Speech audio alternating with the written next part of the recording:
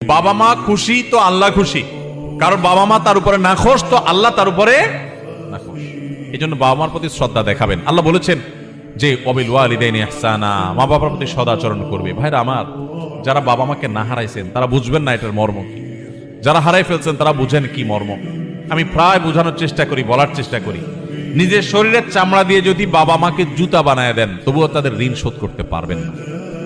বহু মানুষ ভালোবাসা দেখাবে আপনাকে, আপনি যেদিন বাবা হবেন সেদিন বুঝতে পারবেন যে বাবারা সন্তানদের জন্য কতটা ভালোবাসা তাদের বুকে ধারণ করে।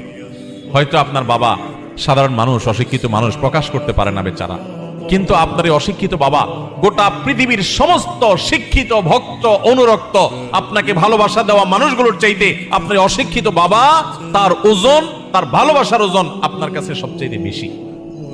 ভাইরা আমার, বাবা মায়ের ফজিলত নিয়ে বহু হাদিস আয়াত আছে, সেগুলো ঠিক আছে, কিন্তু তাই বলে প্রত্যেকবার তাকালে একটা করে হজের সওয়াব হবে এই কথা কোনো বিশুদ্ধ হাদিস দ্বারা প্রমাণিত নয়।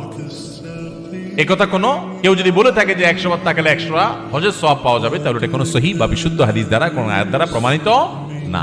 বাবা মার মর্যাদা বোঝানোর জন্য বহু আয়াত আছে, বহু হাদিস আছে, কিন্তু হাদিস এবং কোরআনের নামে, আল্লাহ রাসূলের নামে আমরা এমন কোনো কথা বলবো না যেটা আসলে সেটা সেভাবে প্রমাণিত হয় নাই। বিদায় আমরা সহিহ এবং শুদ্ধটা বলবো, ভুলভাল কথা বলবো না।